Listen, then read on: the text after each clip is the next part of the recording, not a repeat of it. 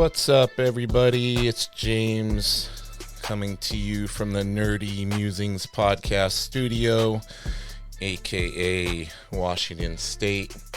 Normally rainy Washington State, but actually we're getting up into the 80s here this weekend, which should be nice. I'm here with my guest, Mr. Will Robson. How you doing, Mr. Robson?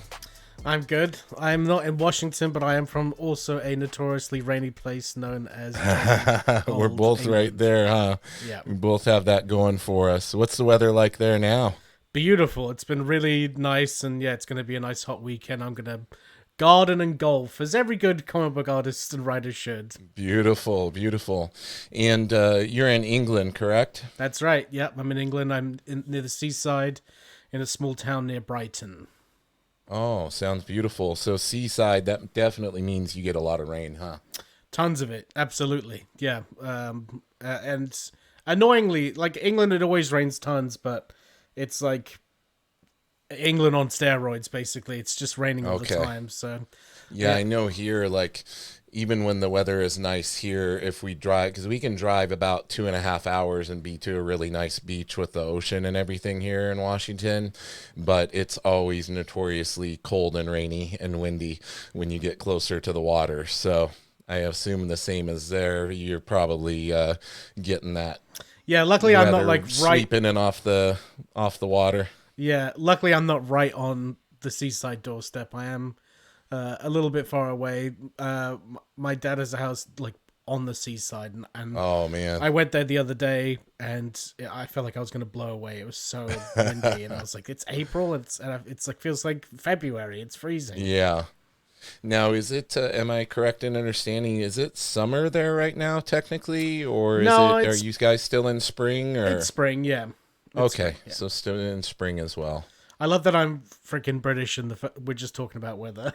That's such a stereotype. Is that it's the stereotype whenever I tell anybody I'm from the Seattle area. Right. Same thing. Everybody associates here with rain. And, you know, we do get a mix of nice weather as well. So, like I said, we're getting up into the mid-80s here this weekend. So, and for Washingtonians, that is like super hot. Like here, if the weather gets up in mid-60s, low 70s, people are in shorts and tank tops and walking around like it's summer because we're so used to it being cold and rainy here. Yeah, no, I mean, England's like that, just minus the cold. It does get cold, but it never gets like crazy cold. I have a neighbor of mine who's from Canada, and I see him in the middle of winter, like walking down to the shops in a t-shirt and shorts. Exactly. And it's January, you know, like he's like, this is nothing. But I used to live in Vermont, so when I first moved back to England, I was like, this is not cold. Like, this is a lovely day. Yeah, you have different perspective, right? Yeah. Yeah. Well, I know everybody, you know, is listening to this to hear about the weather and where we live and all that good stuff, but we should probably start to do a little introduction. You know, I think we were talking earlier before the podcast started that we kind of met back in the days. People, it's funny, this new generation, forums is kind of I guess Reddit is the closest thing to forums nowadays, but there used to be, you know, internet forums where you would go on and, or even more old school terminology, a message board, and you guys, we would get on there and we would interact with each other. You could have a username and everything and get in and put text-based posts about what you were talking about. And many years ago, there was a really cool forum for aspiring comic book artists called Digital Webbing. I don't think they're around anymore. I'm not sure. No, I'm not sure either.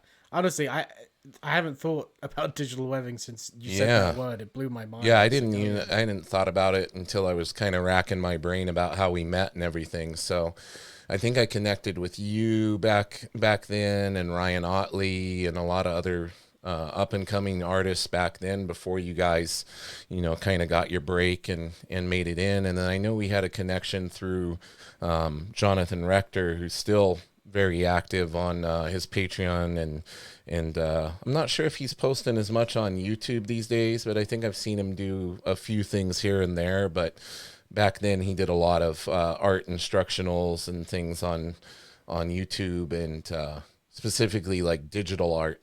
Because I know when digital art was real new, he was kind of one of the first people to get on there and do tutorials for Clip Studio and all that Yeah. good stuff. He inspired me to get into digital art because before that I was doing traditional, and then I saw his videos and I saw how it made the process of making comics much faster. And that sort of led me Yeah. to reading Freddie Williams' book, How to Digitally Draw Comics the Yeah. DC Way, or I something like think it's that. over here on my Oh, yeah. gigantic bookshelf somewhere. And I used to draw it that way for years and years, but I've changed now. I pretty much go from pencil straight to inks. But full circle, Well, that like, Freddie, yeah, not to interrupt you, but speaking of Freddie, he had that whole like system. Remember the book was very systemized and like he had this whole elaborate process because he was doing it all through Photoshop because there was no, comic art specific apps and things like there are now. So yeah. you've done a full 180 and you're more traditional now. I work mostly digital. I do some traditional inks if I think the page is going to sell. If it's a Okay. splash page of Deadpool, it'd be silly of Oh me yeah, to of not course. get that traditionally done. But I still do a lot on the computer as well. Like it's not always fully. Like there's some lines that are digital, and I tell people that buy the pages and stuff like some of this is digital, if that's all Yeah. right, and people are usually okay with it. But Freddie Williams, I actually just talked to him the other day Oh, about awesome. coming on to do a variant cover for one of my next Kickstarter projects. So that, and he's like, Oh, yeah, sweet. absolutely. So that's just like full circle awesome for me as a guy that decided to I'm going to start drawing comic books and pick up his book to now he's going to draw some of my Wow. creations. It's just awesome. That's so amazing, man. Yeah, that has to be very surreal. It is. I mean, it was surreal with my current book with Tony Moore drawing the cover to my zombie book. Like I've been reading, I was reading Walking Dead Tony's amazing. like since 2005. I remember picking that up because I was such a huge zombie fan, and I loved his work on The Walking Dead. I love Charlie Adlard on that book as well, but Tony Moore has that cartoony edge that like I personally Yeah. love that influenced my style. So having him, the great thing about getting in the comic industry is you get to start working with your heroes. It's like it's awesome. Yeah. Yeah. Yeah, I remember falling in love with Tony's work through The Walking Dead as well and definitely preferring it even though I liked the other art. It was definitely my preference was when he was on the book. That's like I have all the collected editions and everything and I would just pour over his stuff cuz I loved his style so much. Just Yeah, amazing stuff. he did covers on the series for a long, long time as well, Yeah. which was great. And yeah, he's a fantastic artist. I just love, it was Greg Capullo that made me go, oh, I want to be a comic book artist. Yeah. When he was doing Batman New 52, I went into a comic book store when I was at film school and I saw that book and I was like, oh, I want to do this. This is Yeah. awesome. Like, I love it. And it's just that really great balance of cartoony, like kind of like Mad Magazine-y, Looney Tunesy, but also just like with a super sleek and like really well lit noir like look. Like that's just Yeah. my jam. Yeah, it's funny, this is not the first time that Greg's work has come up on this podcast. He's definitely inspired a lot of us, and I know for me, like even back in the days when he was first on Spawn, and developing his style into what more like what he is now. Because it's funny to look at his old X-Men work. He was like very different, Super, very yeah. different, and then when he connected with Todd and everything, he saw him start to adapt more of that cartoony style and just evolve like crazy. I Because love. he was a big like John Buscema guy. Yeah. He came up on John Buscema, and that was where he was heavily influenced. Yeah, you can see his Buscema work in some of his recent Marvel covers. Actually, like he's brought more of that influence back in, like especially the Yeah. Thor cover he did recently. Like the way Thor looks, I'm like, oh, that's pure John Buscema. But like, I Yeah. love Capullo's Spawn work. Like that was like super inspirational for my early style. Like when I first broke into Marvel, because I had a bit more of a bouncier like kid friendly. It's only kid friendly because I was Yeah. too scared to add solid blacks to my work because I didn't truly understand lighting and shading yet. Yeah, But I that's love my that look. current struggle. My current Yeah. struggle is lighting and shading. Absolutely. Well, studying Brian Boland is what changed that for me. And Okay. I never I'll thought, have to give that a shot. yeah, I never thought, well, here's the thing. Like, I listened to this great interview with David Finch from years ago, and he was talking about how he used to try and render just like Scotty Williams and Jim Lee, like just like the marker marks, like on Yeah. all the streaks, and he just couldn't do it. And then one day he decided to do like his super cross hatching that he does, you know, like the really thick, Yeah. thin to thick lines. And his brain was suddenly like, oh, I get it, this works for me, and that became his style. I've kind of had that revelation myself with Brian Boland, like the old school feathering and rendering. I applied it to my work when I was doing some horror stuff, and I was like, oh, I get it. Oh, rendering and lighting. Oh my god, it all makes Yeah. sense now. Like, it Just finally takes that works. one light bulb, that one light bulb moment, or seeing. It's funny how you can see something, or even that, people can tell you the same thing like 10 times, but that one person says it in a certain way that resonates with you. It's the same thing with seeing something like that and just having it click all of a sudden. Well, that's the freaking annoying thing about art is that like It that's really how it is. works. Like it's anybody can just say you do it this way and you just don't understand it. And then years Yeah. later you hear it and you're like, well, obviously yes, that's the way you should be doing it. Yeah. It's like, oh, it's so difficult. Like I have a lot of students. Well, students. I run a Patreon where I'm helping out aspiring comic book artists like with their work, and I work Right. one on one with them to teach them. Like they'll send me their work. I'll do draw overs and stuff like that. And a couple of them are like, "Oh, I want to like go straight into heads," and I'm like, "No, you got to sit down and draw like cubes and cylinders for like weeks Yeah. and weeks. Get your brain used to drawing in Yeah. 3D and stuff." And it's I love seeing like the people get slowly and slowly better, and also realizing that this stuff takes time. Like it's not like, Yes. okay, I've drawn a page of cubes and cylinders. What's next? It's like another page of cubes and cylinders, Yep. like for a long time. Yeah, in the longer you do it, I'm a hobbyist kind of artist. I've been drawing a long time, and recently I've been trying to buckle down and get even more serious about it and get better. I have some stuff. I actually just did Ryan Benjamin, one of his workshops, like did a week long or a 2 week long course with him, and having him critique our work like crazy and everything. And it's funny how everything comes back to the basic forms. Yeah, And it's it's so true. every drawing book that's on this shelf starts out with that, and we all skip over that part Absolutely. and want to get to the cool drawing. Well, And here's what worked for me when I decided, hey, I'm gonna really learn how to draw. I got on John Rector's recommendation, Michael Hampton's Figure Drawing Design and Invention, which right. to me was the book that made sense, right? Like I'd seen Loomis and I'd seen who's the other? Ogarth, Yep, and all this stuff. And who's the other big one? Bridgman. Bridgman. Yeah, Thank you. Bridgman. Bridgman Yeah. goes completely over my head. Still to this day, I look at Yeah, his work still. and I just don't understand it, and that's okay. It's like Bridgman's like looking at like schematics Yeah, or architecture drawings or something. it's crazy. I know Jim Lee got a lot out of it, but I struggle Yeah. with it. But Hampton really worked for me because he color coded all the muscles so I could see them. I was like, Right. oh, so this is how it looks from that side and this side. But what I did with that book is I did not skip a chapter until I fully understood it. And like, obviously, Right. I'm never going to fully understand it. If I did, I'd be drawing as good as Michael Hampton. But I Yeah. got it to. I didn't skip a chapter until I could like draw from my memory like the prompt that I had to do, and understand the words that were being said. And it was always so rewarding to be like, okay, tonight I get to move on to the next chapter because I'm like ready to do it.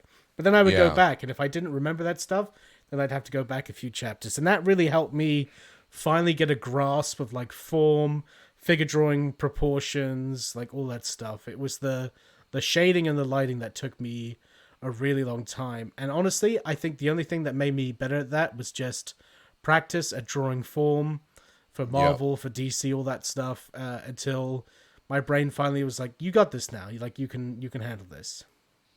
Yeah, and it's funny. It goes right back to what we were saying before. Like, you found that book that resonated and clicked with you with the Michael Hampton book? I know, like Jim Lee, when you talk about, for him, it's Bridgman. Yeah.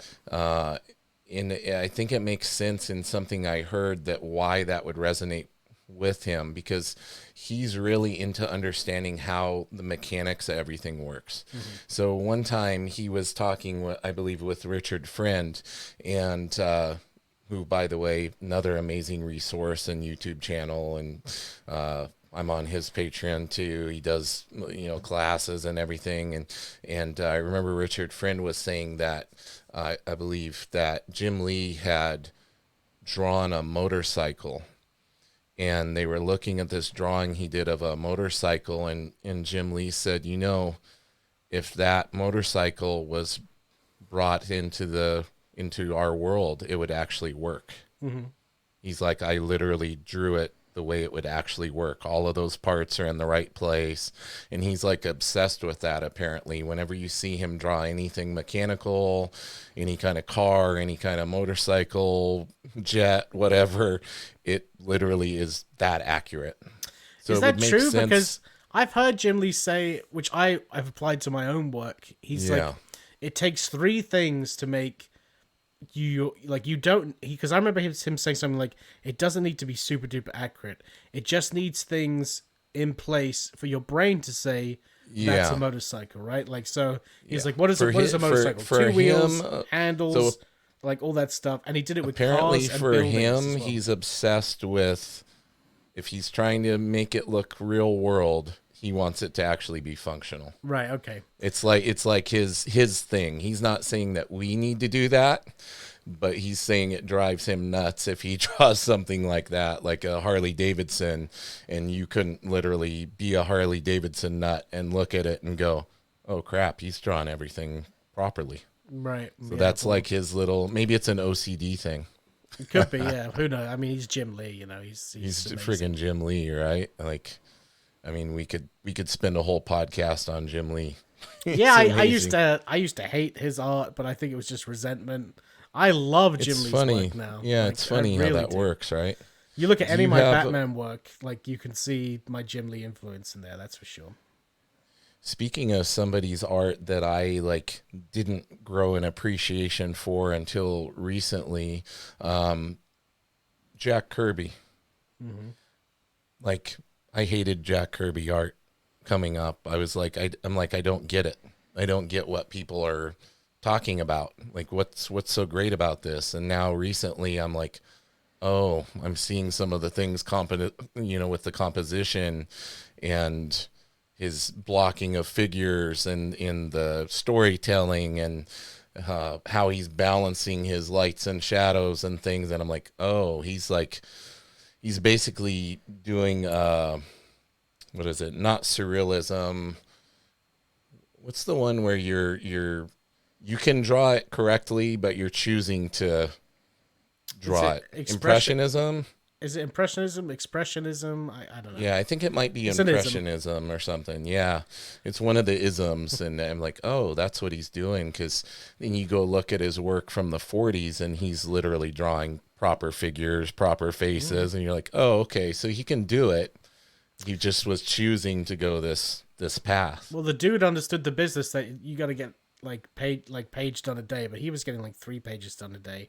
Can you believe that he started from the left corner of the page and just without laying anything out? Yep. Went down to the right side. That's crazy. Yeah, he was literally doing the Kim Jong-gi thing.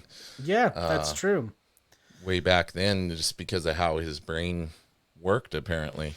And look, it's a rite of passage for every artist to look at Jack Kirby at first and not get it, and then eventually realize how good it is. It's like that happened to me. That happens to everybody that I've known. It's just like it always happens. Yeah, I remember hearing one artist talking about how they were talking to another, very well-known pro artist, and he was bashing on Jack Kirby, and they were like, "Yeah, but could you capture the energy and do what he did right there? Like, would you be able to do it in that way and grab people?" And the guy was like, "Well, probably not." He's like, "Well, okay, then there's something to this." You know? I mean, I use Kirby Crackle today, right? Yeah, he invented that energy, look that people use in comics Yes. today. I mean, yeah, absolute legend, we get like, I was a big John Byrne fan when I was learning how to draw. Also John Romita Jr.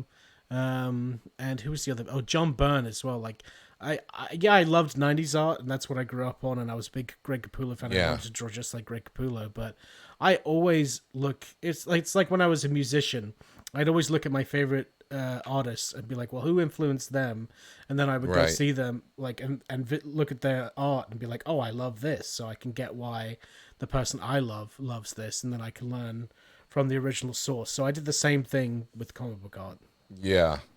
Now, as far as your start in your journey with art, I know seeing you were going to, you said film school, and then you saw the Greg Capullo work on Batman New 52 and all that, and that kind of was your branch where you decided that was something you wanted to explore. But prior to that, I know music, film, all of that, these are all artistic ventures and things. Were you into drawing and that type of thing when you were younger, like prior to all that stuff? Absolutely. I mean, I grew up. Me and my brother drew all the time, drawing superheroes. And then in high school, I was like drawing my own Daredevil versus the Punisher comic, like in the back of my Okay. book and stuff So like you that. were into comics when you were younger then too? Yeah, absolutely. And Nice. I loved comics, and I loved comic book movies, but then I started to really like movies, classic, like I know it sounds basic, but I loved Quentin Tarantino as a teenager, like, go figure, Yeah. right? And I said, like, oh, I want to get into film. And it's so funny because I look at this like journey of mine, and it's like, no, what you wanted to do was tell stories all along. That's all you wanted to do. Yeah. You just wanted to tell stories. So I went, I want to go into film. So I went to film school where I learned practical filmmaking, and I was making other people's stuff. And I was like, this is not what I want to do. I want to make my own stories. Like, I want to make my own film. And then I made Right. my own film, and I was like, this is so expensive. Like, how on earth Yeah, can I it's insane. how on earth can I go on to like find a career where, like, I'd have to do what Kevin Smith did and get a bunch of credit cards out to try and fund a film, and I was Yeah. like, not in the position to do that. And then I just fell in love with Greg Capullo's art, and I got sidetracked in my mission because I was like, or in my passion, because I was like, oh, I want to do what Greg Capullo does. I'll be a comic book creator. Then I'll truly be happy because I'll be working on Spider-Man and Batman and all this stuff. Yeah. And that eventually led me to, after I graduated film school, I had a podcast interview with Jim Lee, David Finch, all these people, and they all said similarly the same thing. Like, oh, I took 3 years off, I lived with my parents, and I studied all day, every day, and eventually I got work in the comic book industry. So I talked to my parents, I said, give me 3 years, I'm going to live at home, I'm going to work in indie comics and work on my craft, and then hopefully I'll break in. Long story short, yes, that's what happened. So I did break in, and then I've been at Marvel and DC ever since. But whilst I'm working at Marvel and DC, I'm like, man, you forgot what your true passion was, which is you want to Yeah. tell stories. Like, all I'm doing is drawing other people's stories, and I was like, this is not what I want to do. And don't get me wrong, I love working for Marvel and DC. It's a dream job. Working on Batman was incredible. Working on Spider-Man was Yeah, incredible. no These are doubt. childhood heroes. Like, even the opportunity to be a part of that legacy is just like, I cannot. And all the doors that working for these companies is open for me. Like, I just got back from Dubai because I was there to release my own comic and stuff, because that's what this Wow. career has opened the door for me to do. But I'm now stepping back into what my true passion is, which is creating stories. And that's why I've been so trying to kind of make creator own my full-time job. And it's going to take a Yeah. while, but I launched my first Kickstarter last year for my little zombie book Outbreaks, which was just like kind of my proving ground for writing. Like, I didn't want to jump in fully with a big epic story or anything like that. I wanted to start small with some fun little stories that I can cut my teeth on to get better as a writer and figure out how Yeah. all this production side of making comics works, right? Like printing and shipping and like talking to the direct Seeing market. behind the curtain, everything Yeah. that goes into the production of a comic. It turns out I love it. I love making That's all this great. stuff. I love being in full control of like the final product and everything like that. And like, hiring like people I love to like work on the books and stuff. Like I'm like, oh, this is what I want to do. Like I just want to be the publisher of my own imprint and make my own stuff. And yeah, that's what I'm doing now. I mean, I've got Outbreaks live on Kickstarter right now, issue 3 with Tony Moore on the cover, which is just amazing. And then I was coming up, gonna say we gotta plug the hell out of this stuff, man, because I know I backed your first Kickstarter, yes, and you I did. got the other one out, and it's just amazing to see like how that snowball effect has just gotten rolling. And I'm sure you learned a lot the first round through, that you've been able to make adjustments and go into these new campaigns with that knowledge and everything, and kind of getting into the flow. Like, what's that been like? I'm sure there's a lot of stress, but the ultimate like in product and seeing it all come to fruition has to be so rewarding for you. It is. It's funny. The only time I get stressed about making my own books is when I have to hand off something to somebody else to do, in the terms of Right. like sending my work to the printers and there's delays in printing, or there's been misprints and or like stuff I was is gonna say, like, get something back and the colors are off, or these kind of things. my last Kickstarter, I received over 600 comics, and they all had the wrong interiors printed in them. Oh They no. printed issue 1 and issue 2, and I was like, Oh my I was goodness. freaked out. That's Yeah. that's what stresses me out, and also it seems to me that when I do one of these Kickstarters, because I don't pay myself to do this book, like Outbreaks is a wash basically, because Right. I just Passion project. passion project. I raised the money to Yeah. pay the colorist to print it and to ship it, and any extra money I make goes into the product. So that's how I was able to Yep. get Tony Moore to do a cover and stuff like that, because we Yeah. got overfunded and stuff. I'm hoping one day, I'll be able to pay myself for it. But You will, because that process that you're going through, that's the exact same thing I did with my business. And I know my livelihood would cross over into this, and people would know, like, people who know me know I'm a full-time martial arts instructor. I teach Brazilian Jiu-Jitsu. I've been teaching that full-time now for, gosh, I think this is like my 21st or 22nd year. I don't even know, teaching full time. And that's my livelihood. So comics and everything, art's my passion, and all of that. But that was my thing as well. When I first started teaching jiu-jitsu, I wasn't charging money, anything. I was just getting the exposure, helping people.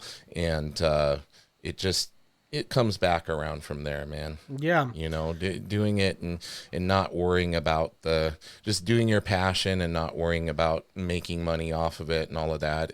Eventually it does end up to be where you are making a livelihood off of it, but it's because you're following your passion and you're putting your heart and soul into it, and it really pays off in the end.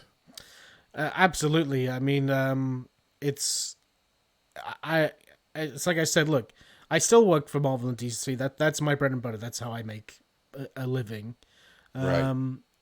And but there's just like the best job I've ever had in comics was making my own comic. Like just Yeah. the creative satisfaction I have every day when I get a chance to just like work on my stuff. It's like it's just like I was like, oh, this is what life. This is like the classic old saying like, if you love what you do, you'd never work a Yeah. day in your life. I always thought that was cliche garbage, but Yeah. when I am working on my own stuff, it feels that way. Like I'm like, okay, Yeah. this cover needs to get done. I'm like, I don't feel like I'm working. I'm just like having fun putting together the cover for my books. So Yeah. yeah, In the business side, that's the part that's the work. Like what you're talking about, dealing with the production mistakes and all these different things. That's the work part. Like me just going and teaching jiu-jitsu, that's the easy part. Yeah. Running the business side, the behind the scenes, like all of that, that's work, quote unquote, but it's still within your passion, so it's like totally worth it. And any of that stress is mitigated by the fact that you're getting to do what you love, as your livelihood. So it all balances out in the end, I think. yeah, and it's like with Outbreaks, I'm trying to go for 50 issues at least. Like I listened to an interview with Todd McFarlane, who Yeah. I just love hearing him speak. He's so motivational for me because he's so like, your life's up to you. It's only you that can Yeah. solve it. Look at me. Look He what all I've really has accomplished. that. he really has that dialed in these days. Like that's kind of any interview he does, he makes sure he relays that to people, and any public talks he gives too. And I think that's really cool that he's kind of passing that on and basically tells people, prove me wrong. He's always just been such a motivational and inspiring figure within the comic world. In my experience, I got the benefit of actually working at the comic book shop that he co-owned when I was a kid, and he would come out and do signings, and I would get to sit there with him, and he was always just very positive, very supportive guy. Very down to earth for the level of celebrity he had, especially back then in the image boom and everything. Well, he did a con when he was a kid where Stan Lee was at the convention, and Stanley in his eyes was this big celebrity, like, oh my god, it's Stan Lee. Yeah. And he's like, oh, Stanley, I'm so like happy to meet you. And he's like, oh, well, why don't you sit with me for the convention, and we'll talk. And he watched as Stanley like treated every fan with respect, and when he was respectful to Todd, and he said that changed his life. Like he's like, if I ever become famous, that's how I'm going to treat people, and right. And he's true to his word. Like I only hear, unless you're doing business with the guy and you're on the wrong end of the stick, like I think everyone has nothing but nice stuff to say about him. I had the pleasure of working with him, and it was one of the best experiences I've ever had in comics. It was amazing. That's amazing. You did what? Was it Spawn Kills Everyone 2? Was that That's what right. you worked on? Yeah. That was awesome stuff. It was so cool because I knew what a huge fan of his you are, and to see you get to work with him was just like so special. Oh, it was I'm crazy. like, wow, he's actually doing it. He's getting to work with the Todd father. That's the power of the blind email, right? Like, I was on my first Marvel series, Great Lakes Avengers, and it just got canceled, and I was like, oh, I've just committed to moving into like the house, and I'm full in on Marvel. I was like, oh my god, am I not going to be a comic book artist anymore? Like I was panicking and stuff. So I recently did a cover for Great Lakes Avengers where I drew the character Big Bertha, and that since the book was getting cancelled, they let me do anything I wanted, because usually I had a cover prompt. And I was like, I love Todd McFarlane. Can I do an homage to his Hulk cover where Hulk's ripping the Incredible Hulk text out the way, but it's Big Bertha? And they said, yeah, absolutely, that sounds great. I did that cover, and then I just typed like Todd at McFarlane Toys, Todd at like McFarlane, McFarlane T. Like I sent all these emails out until one of them I heard go and send through, and I was like, man. I was like, oh well, whatever. We'll see if anything happens. Yeah. And then like the next day, I had an email from one of his assistants being like, hey, we got this email from you. Todd wants to talk to you. Are you up for that? I was like, yeah, of course. Nice. And he said he wanted to do this Spawn book, and of course I said yes. And I remember he said, okay, well, Todd's going to call you on the phone. And I was like, okay. And like I remember sitting there waiting for that call, like bricking it, like, oh my god, like my art hero is about to call me on the phone. And it rang and it picked up, and he said, hey, is this the world famous Will Robson I've been hearing all about? Which cracked me up, because I listened to an interview of Ryan Otley when he said he was doing Haunt. He went on the phone with Todd, and Todd said, hey, is this the world famous Ryan Otley I've been hearing about? So I laughed, because I was like, oh, that's like his shtick. That's what he does. Yeah. And I went, you're damn right it is. And he laughed. He's like, I love the confidence. Like, that's great. Usually people like get all sheepish and shy, but you came out with confidence. And then I said the most awkward thing, because I knew he was a baseball guy. I was like, put me in, coach. I'm ready to play. And there was like this long silence on the phone. I was like, oh no, I've embarrassed myself. And then he went, anyway, so I'm doing this book, and I think that you'd be good for it. Like, this is up. So yeah, that was great. And like, I used to get like emails from him being like, oh, I've had such a stressful day at the office, but your pages really cracked me up today, so thank you for that. Nice. Really special emails. And I've occasionally sent him my stuff. Like, even this year, I emailed him randomly with my most recent stuff, saying like, I'd love to do Spawn again. And he gave me like a little portfolio review, like on his personal email. Like, that's just like, he's Todd McFarlane, like, he does not need to do that. So he's just great. And like, because of the way he treats like his fans and stuff, like, that's exactly, I'm paying that forward. Yeah, it's a great example to follow. And definitely makes a difference. It's definitely like you said, he wouldn't be doing what he was doing if it wasn't for the fans. So it's important to remember that, and it's cool that you're able to pay that forward in your interactions that you have now. Do you end up doing a lot of conventions over there in England, or do you travel abroad to do conventions now? What have you been doing lately with that? So I only go to conventions that I'm invited to. If Right. I have to put myself up and pay for everything, I don't like the anxiety of like, oh, I hope I No. sell like a page or a commission to do stuff. Yeah. I mean, I always do, but I just don't like that anxiety. So now I only go if I'm invited, and I've started this great relationship with this comic book store out in Dubai, of all places that I never thought I'd travel to in my Wow. lifetime.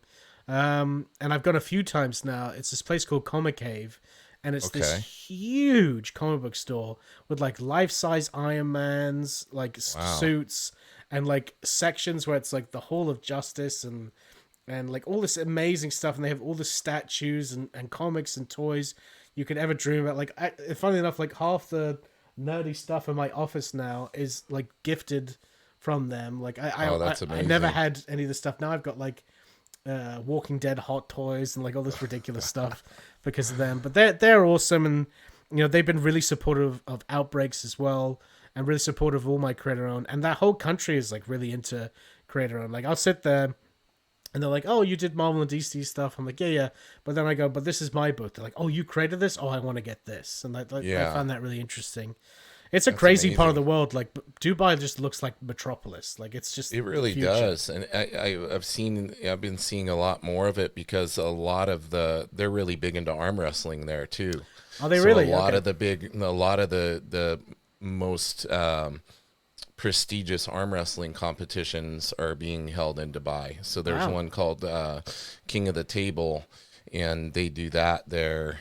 And just seeing, again, their passion for arm wrestling, they're treating all the professional arm wrestlers like kings, and having a great experience when they go over there. And it sounds like similar for comics and in what you're doing. Like, I think, wasn't there just a big convention over there or something? I feel like I saw that Ryan Otley was over there for a convention or something recently. Yeah, they have MEFCC, which I was at a couple months ago, which is in Abu Dhabi.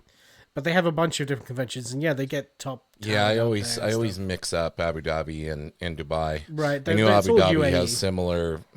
similar stuff there, but yeah, I'm pretty sure Dubai is where the King of the Table event is held, and yeah, it's so cool to see just how all these different things spreading to different parts of the world and everything.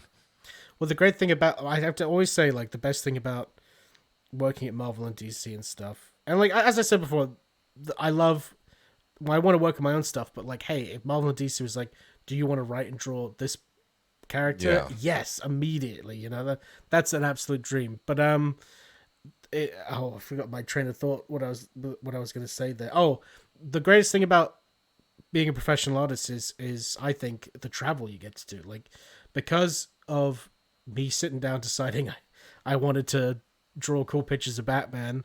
I've Yeah. traveled all around the world on somebody else's dime and seen a bunch of like I've been to Malta and Scotland, Dubai, and all these other places, and it's crazy to think that just like drawing a picture of Spider-Man punching somebody like Yeah. can do has that much power.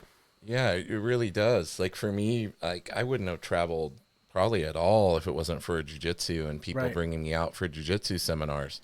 And now I've gotten to see all different parts of the world and, travel all over the US and Canada and everything, teaching seminars over the past, all these years. And it's like, man, I probably wouldn't have explored the world as much if it wasn't for this. And isn't it Yeah. cool that my passion has brought me here? And oddly enough, made a lot of connections through jujitsu in the comic book world.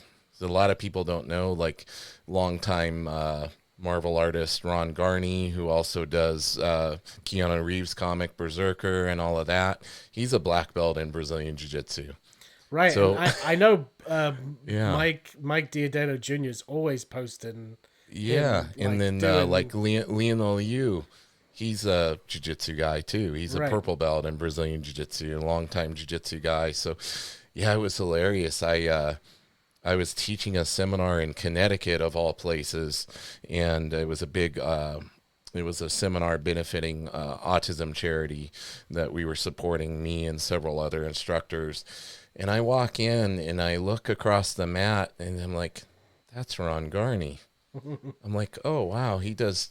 That's right, he does jujitsu. And I went over. I said, hey, I know who you are. I'm a huge fan of yours.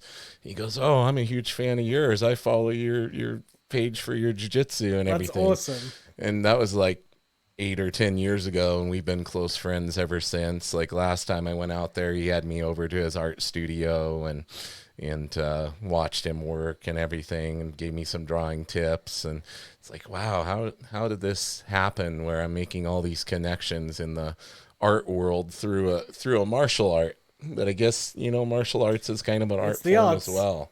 It's the arts.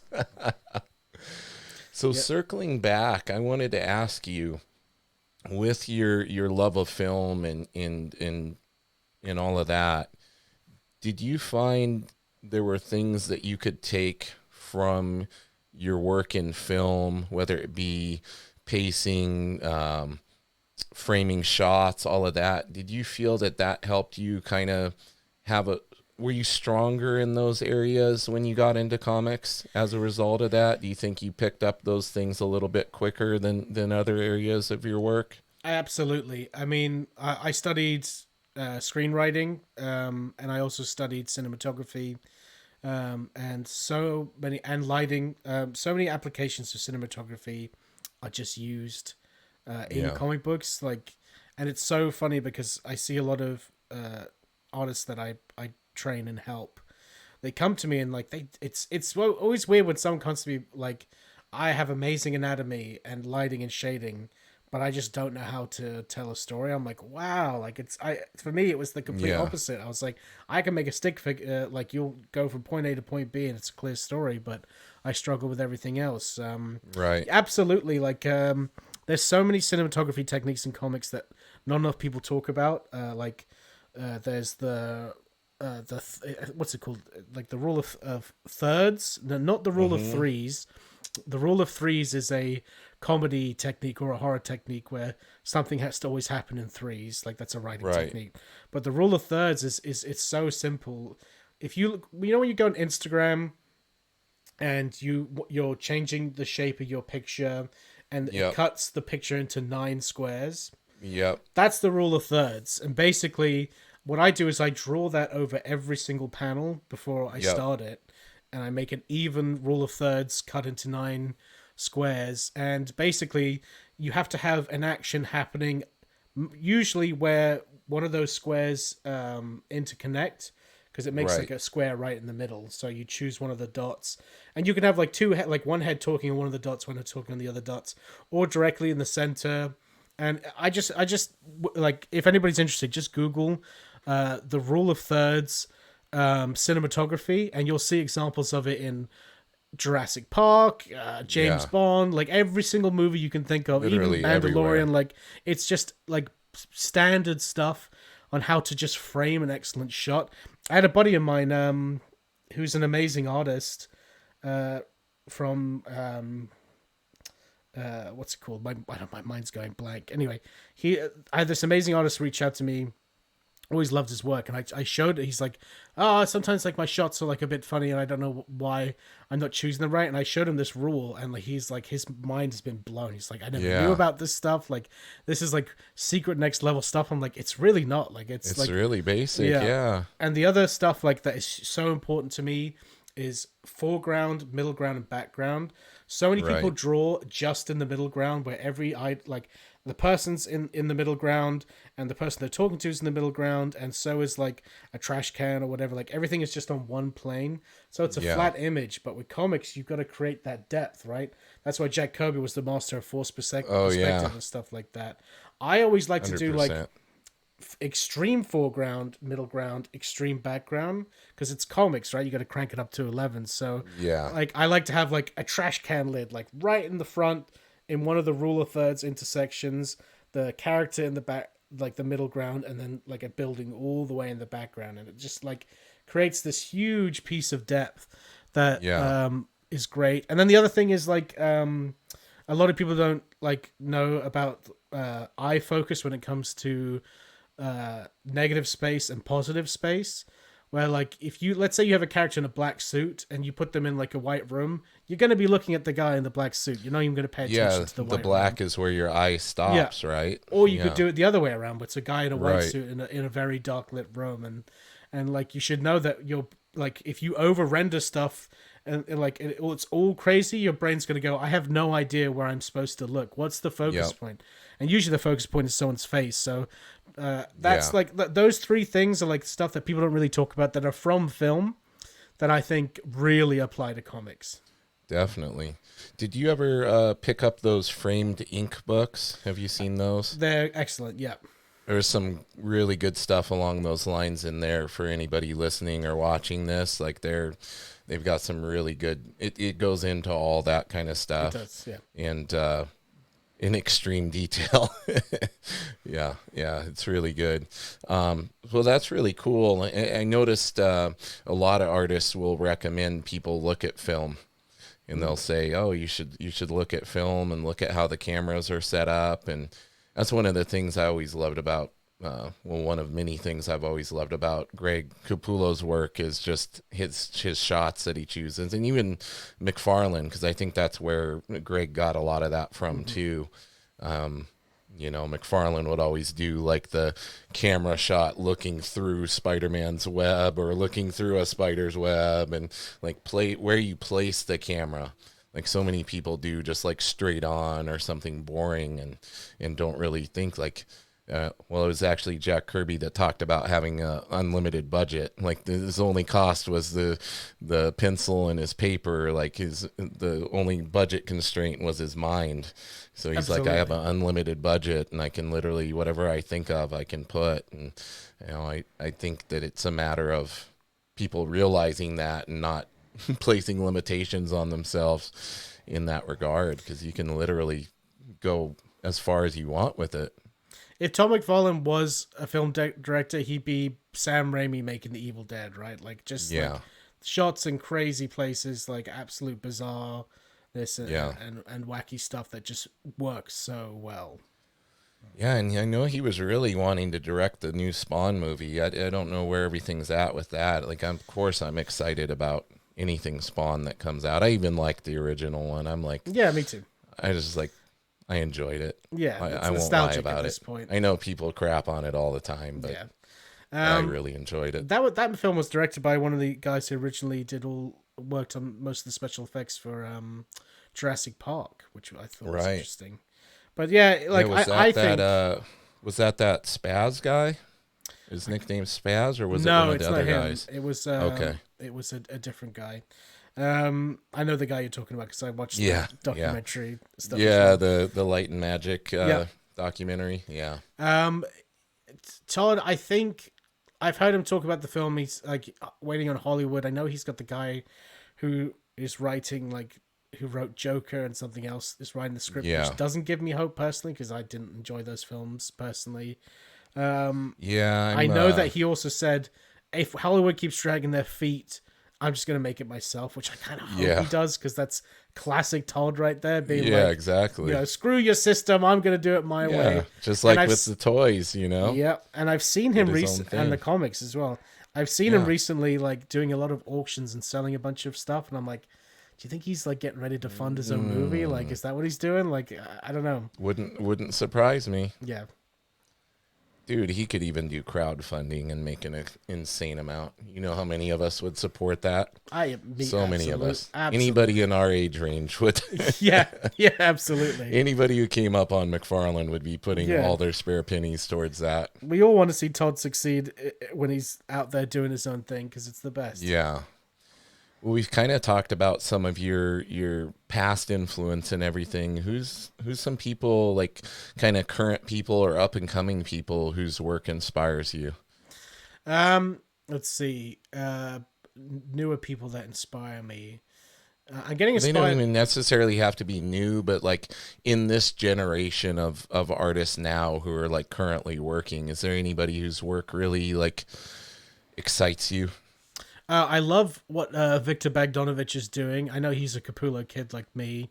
Yeah. But, he used to be a bit more carbon copy Capullo, but he's gone off and he He's definitely got has his own, yeah, yeah, got his own style now. he's got that storytelling down. Like his stuff is so atmospheric, and I Yeah. think he's stepping now into his own creator-owned stuff as well. Nice. I Yeah, just I always discovered, love his stuff. yeah, I just discovered this artist called V. Ken Marion, who I know is Oh, yeah. a known guy, but like he just passed me by, and his stuff is like I love. It's like that, just that really like Brett Booth feeling, like Yep. 90s like great line work stuff. And he's also got a Kickstarter live as well, so we like did some cross promotion stuff. Nice. And then there's this new kid out there, Joshua Durstein. I don't know if you've seen. Yeah, this he's kid. actually going to be coming on here. Yeah, Is I'm he a really? big fan of his stuff. Yeah. So he is like, yeah, you know, you just see certain people where you're like, all right, that guy's going to be pretty like big in the industry. Yeah. I think that's what it holds in the future. Funnily enough, he's going to be doing a cover for me for my next comic book project. Oh, awesome. But I know the thing with him is that because he was actually in my Discord server where I was like teaching artists and stuff. Right. And the thing that he needed teaching was obviously not anatomy or shading and all that stuff. But I it was crazy because I was like, man, your stuff is like so exaggerated. If you just like learn to tighten stuff up, he's like, well, I actually already know how to do all that stuff. And he showed me his art where it was more in the line of like David Finch anatomy and stuff. Interesting. I was like, holy crap! Like, why are you doing all of this crazy exaggerated stuff? Like, Yeah. you're like immediately like up here when you stop doing that. Like, sure, you could do a little bit of it, but like, Right. man, like you are like crazy. The problem with Josh is that he's very slow, right? So like if you got he Josh, loves that crazy rendering, man. yeah, if you put Josh on like a main title, he would not be able to hit that deadline. But I think Right. that's something that he can work on. And I'm Definitely, and he's still so young too. so young. And I think I'm very, he's only like 18 or 17, 18. I think he's so- 19 now, but I'm very there you invested go. in his future, and I wish him the best. Hey, I love his work. I'm hiring him, right? So Yeah. it's just, and it's crazy that he's a guy that has not been picked up by Marvel or DC yet, but everybody knows who he is.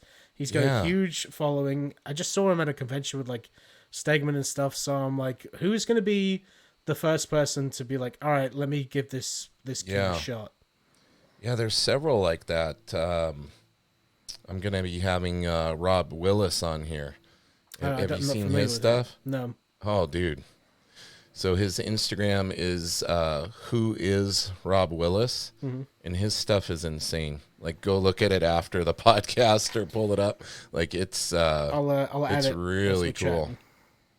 Yeah, I actually I've been following his stuff for a while, and I was like, how has this guy not been Oh, wow. picked up? Like, maybe he has, I don't know, but like the level of detail and lighting, like, and you'll see like when he first starts working on something, like he'll do the process and you'll be like, oh, that doesn't look like much, and then by the time he's done with it, you're like, holy hell, how is this guy doing this?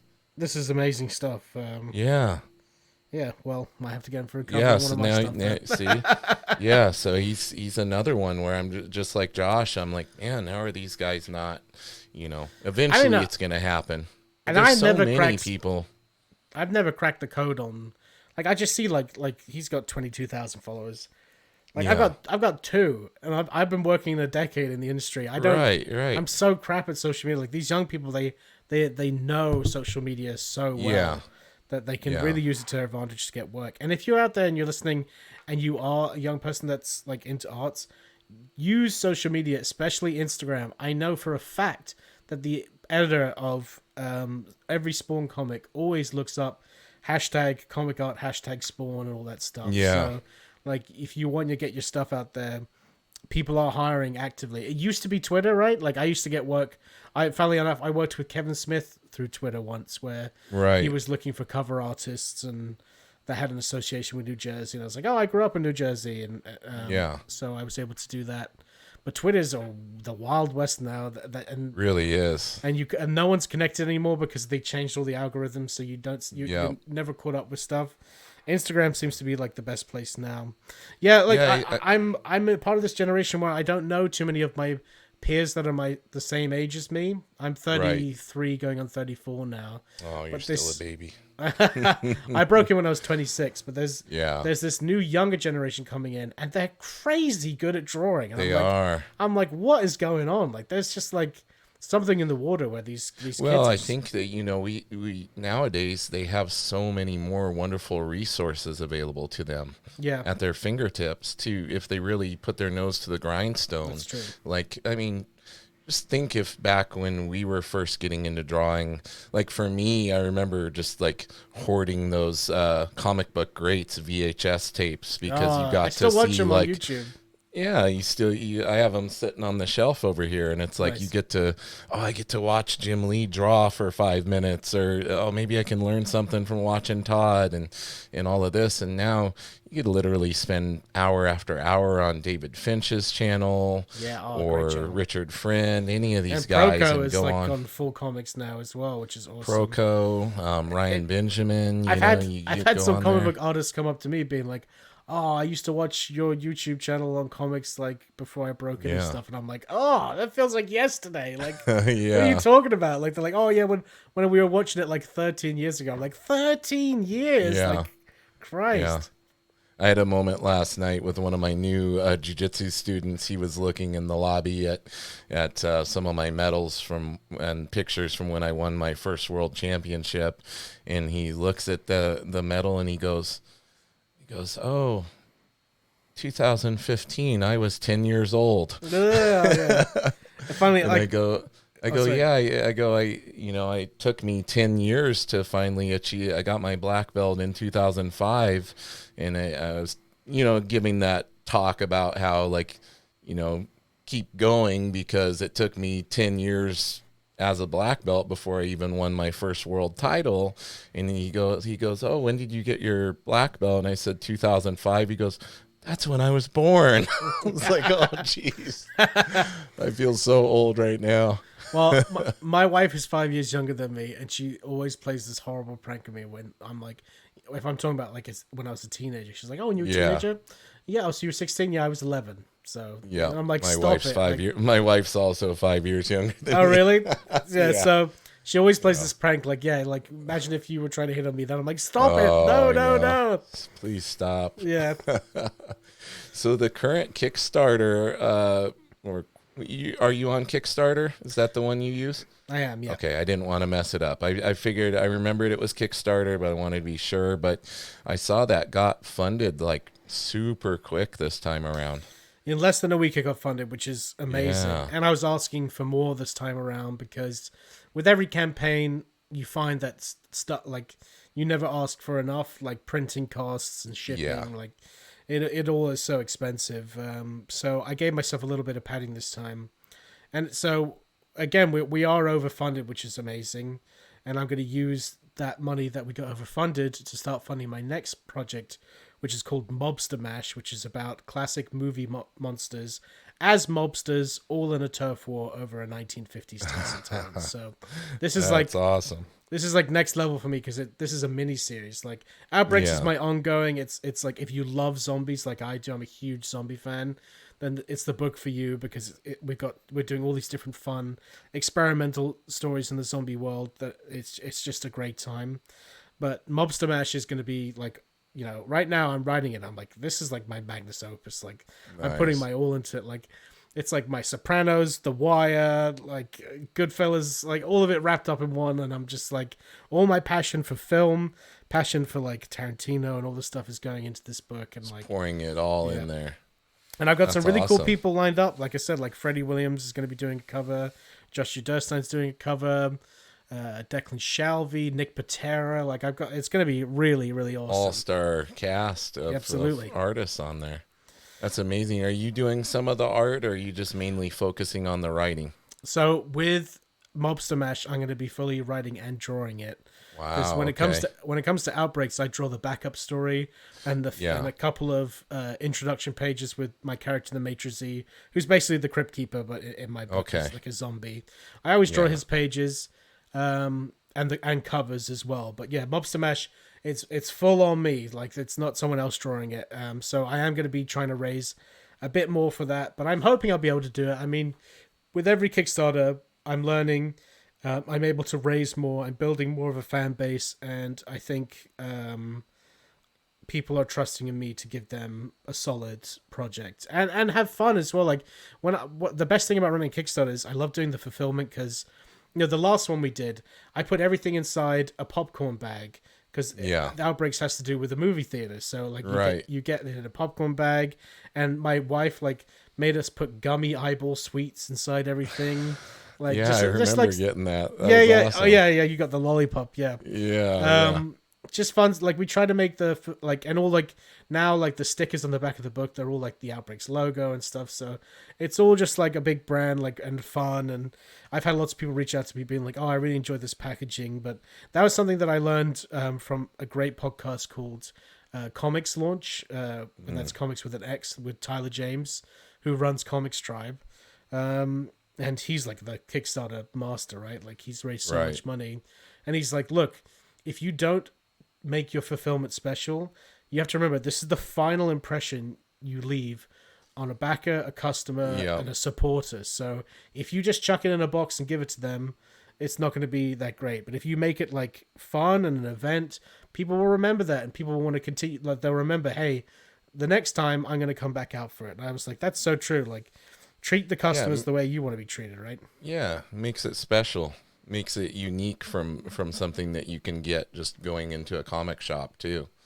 Absolutely, Just yeah. going in and pulling something off the rack compared to getting kind of a little whole personalized production in the in the mail is pretty cool. Yeah, I mean that's why like with when my stretch goals, I try and make it so everyone gets freebies, right? Like exclusive trading cards, bookmarks, like all these fun little things that make everything really special. Like the nice thing about having Tony Moore on is like I got to make just the inks only of his cover as like a special trading Nice. card that is like really like I've made it like limited print, so it's a valuable piece and all this stuff because I was like, okay, I'm a very fussy collector myself. I don't just grab everything. I'm very particular about what I like. So I was like, if I was trying to sell Outbreaks to me, how why would I decide to pick up these extra things? Well, Right. this is like limited. This is a trading card game sticker, like all the stuff. I was like, all the stuff that you would like, variant covers that have homages to PlayStation One, video games like from your childhood, nostalgia, like all this stuff. Like so, that's I've tried to pinpoint all of my work to my tastes, and I hope that people have the same taste as me, basically. Well, I think that the fact that it got funded so quick shows that you have a lot of people into it and a lot of people that support you, which is saying a lot. I think that's Yeah. very cool.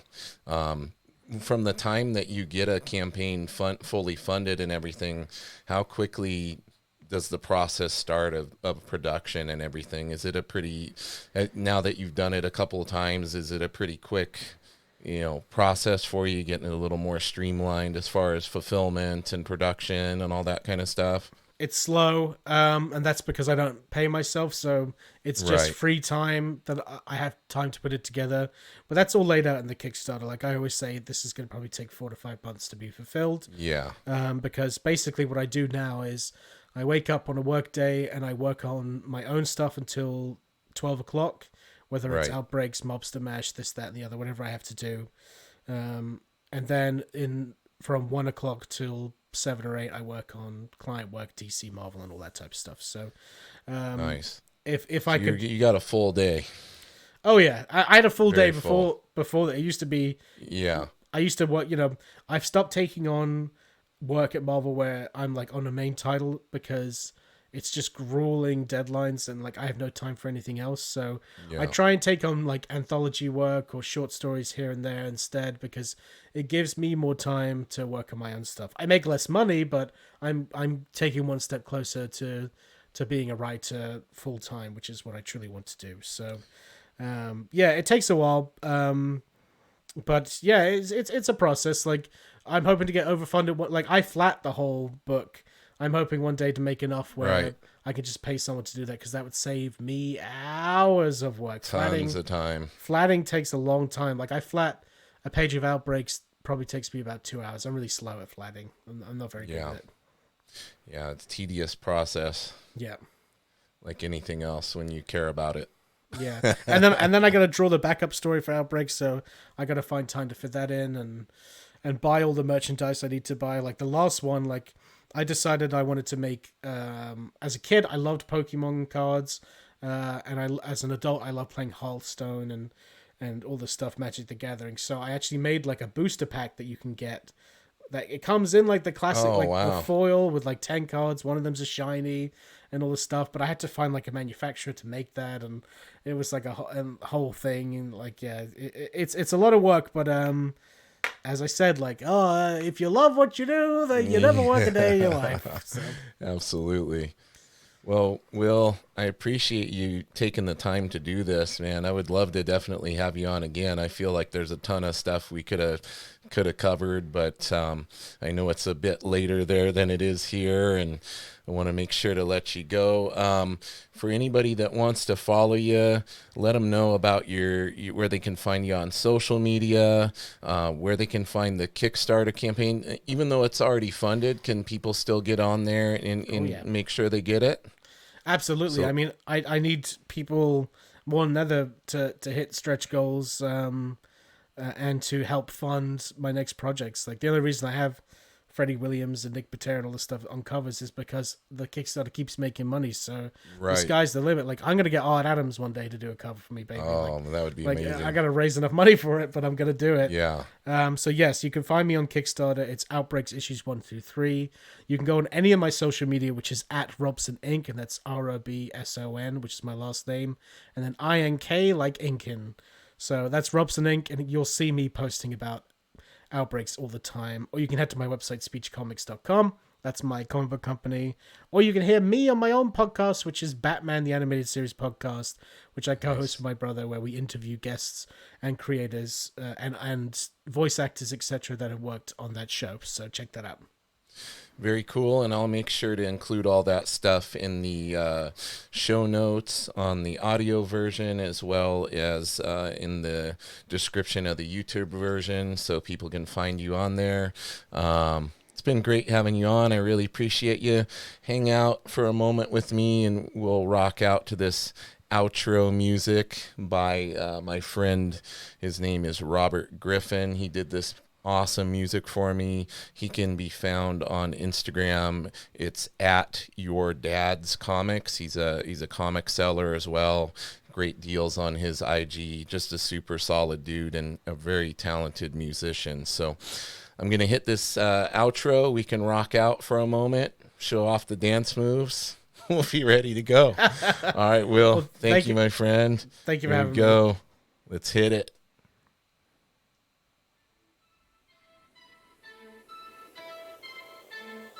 I guess we could, you remember voguing? Wasn't voguing, we could do like this kind of thing? Yeah. Raise the roof. Dropping. Or what's it? Jersey? Yeah, there you go. Jersey Shore, wasn't it the fist? Oh, yeah, fist the fist bumping. Yeah. Oh, my God. Awesome. I can't hear the music, but I'm sure that it's amazing. You can't hear it, but it's amazing. All right, so thank you, everybody. Will, you've been awesome. Everyone keep it nerdy. Until next time.